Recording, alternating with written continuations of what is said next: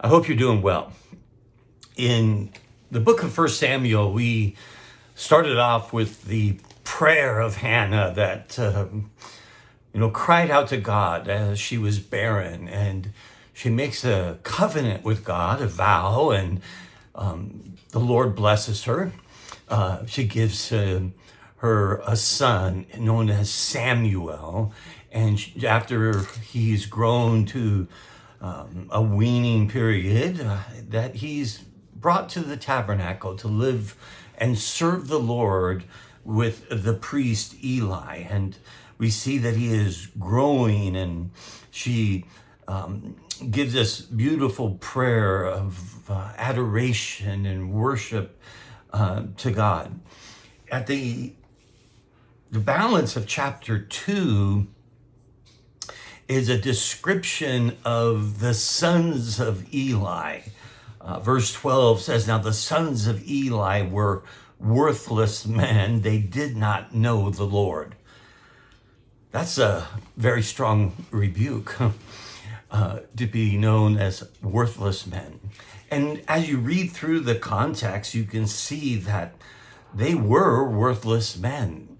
They had the position and authority as priests, but they used that authority for their own gain, their own profit, if you will. When people would bring offerings, there was a set determination under the law of what portion belonged to the priest, but they didn't settle for that or how they were to take it. They forced it. It says that they took advantage of women who would come to the tabernacle. And so they were completely corrupt. In verse 17, he says, "Thus the sin of the young man was very great in the sight of the Lord, for the men treated the offering of the Lord with contempt." And it'd be nice to think that, well, that was in that day and there's no problems now. But even in our current day, we need to be a people who are discerning.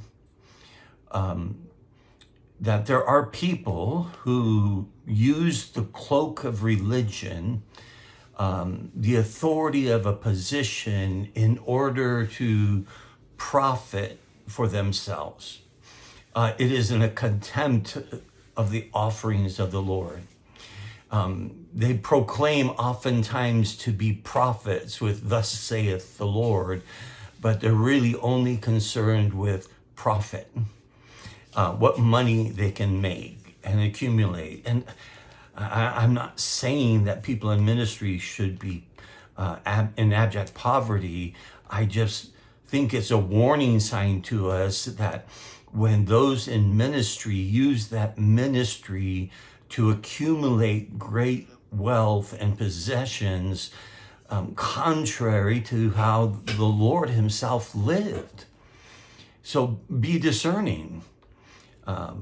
Care for your shepherds and ministers and make sure they're taken care of and worthy of double honor. But be cautious of those who proclaim to be prophets, but are only interested in profit, where they make the ministry an industry. Their sin was before the Lord. And then it says in verse 18, Samuel was ministering before the Lord. So all of this is going on. Eli's sons are contemptible, taking advantage, and Samuel is ministering to the Lord. And then later, it tells us that God blessed Hannah. In 21, indeed, the Lord visited Hannah, and she conceived and bore 3 sons and 2 daughters, and the Samuel grew in the presence of the Lord. Hannah was blessed with several more children by lending her first to the Lord. I love the fact that it says he was growing in the presence of the Lord. Now, Eli was not ignorant. He was getting reports about what his sons were doing from the people, and he confronts them and rebukes them. He talks about their evil doings, And he says to them, if one sins against a man, God will mediate for him. But if someone sins against the Lord, who can mediate or intercede for him? But they would not listen to the voice of their father, for it is the will of the Lord to put them to death. And now the boy Samuel continued to grow both in stature and in favor with the Lord and also with man. So here's the boy Samuel growing into manhood. He sees the corruption of the sons of Eli, but he's faithful to the Lord. And the people recognize this faithfulness.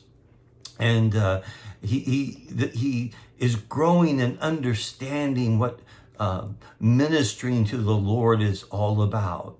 So at the end of chapter number 2, it's declared by the Lord that the whole family of Eli, that descendant that were of the tribe of Levi and descendants of Aaron, were going to be completely destroyed and cut off. And then we come to chapter 3, and it says, and now the boy Samuel was ministering to the Lord in the presence of Eli. And the word of the Lord was rare in those days. There was no frequent vision. Well, how can there be a frequent, honest vision or prophecy, a word from the Lord, when the house of the Lord, the tabernacle, was led by those who were holding the offerings of God in contempt? God will willingly speak to those who have a heart to hear, who have a heart to serve him, hold him in awe. But the false prophet, those who are only concerned about profit, will not hear a genuine word of the Lord.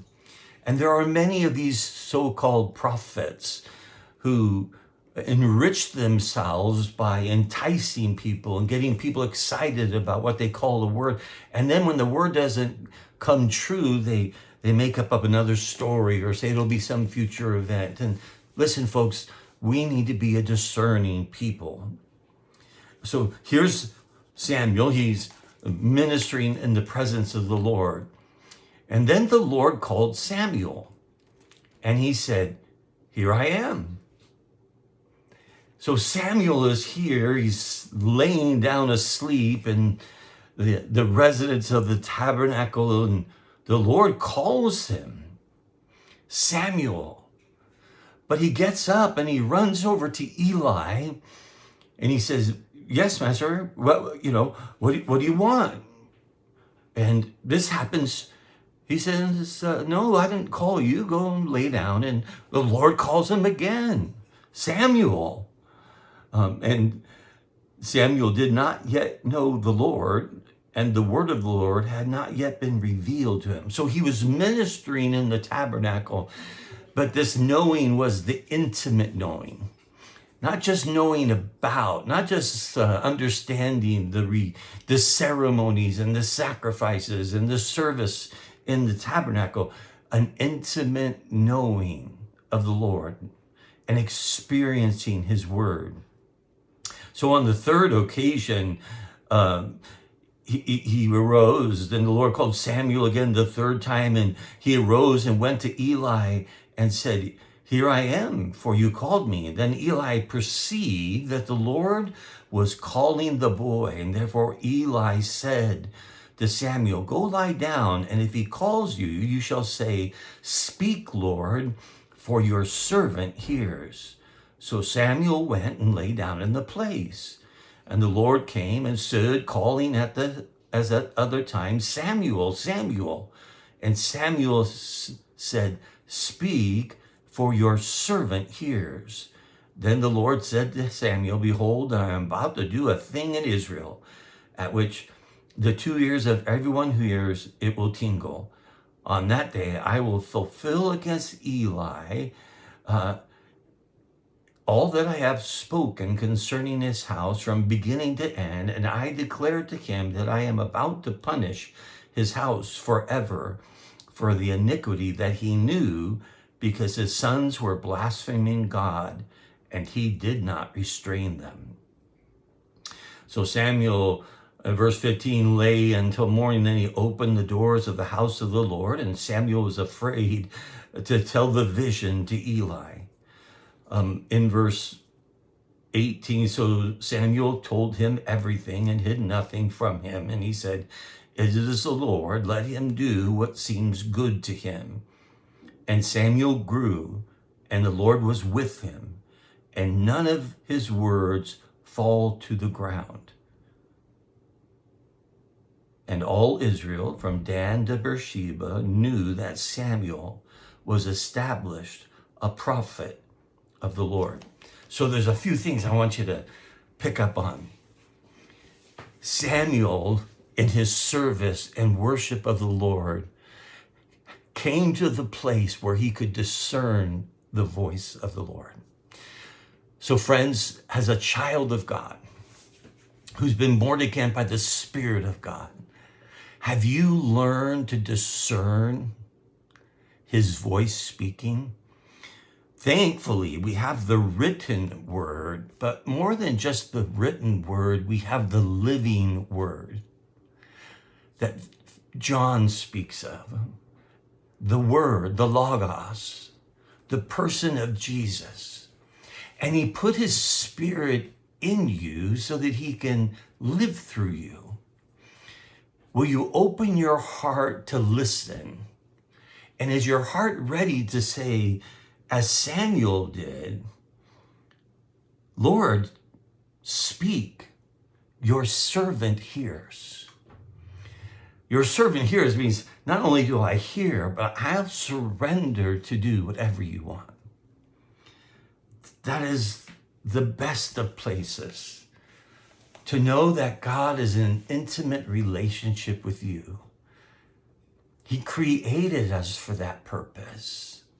And while sin interrupted that intimacy, he sent his son Jesus to take all of our sin and remove every obstacle so that when we believe in the name of the Lord and what he did, he lives in us to speak to us so that we can hear and say, "Yes, Lord, I'll say your words. I'll speak your words. I'll take the action that you desire to take in me."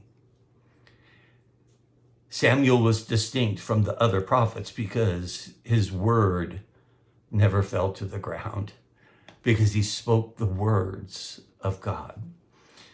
And so I'll just close and remind you that you have been granted this great blessing to live out of the presence of the Lord and to hear his voice. So be still, listen, take the written word and let the living word bring you revelation. For he is faithful to all of his promises.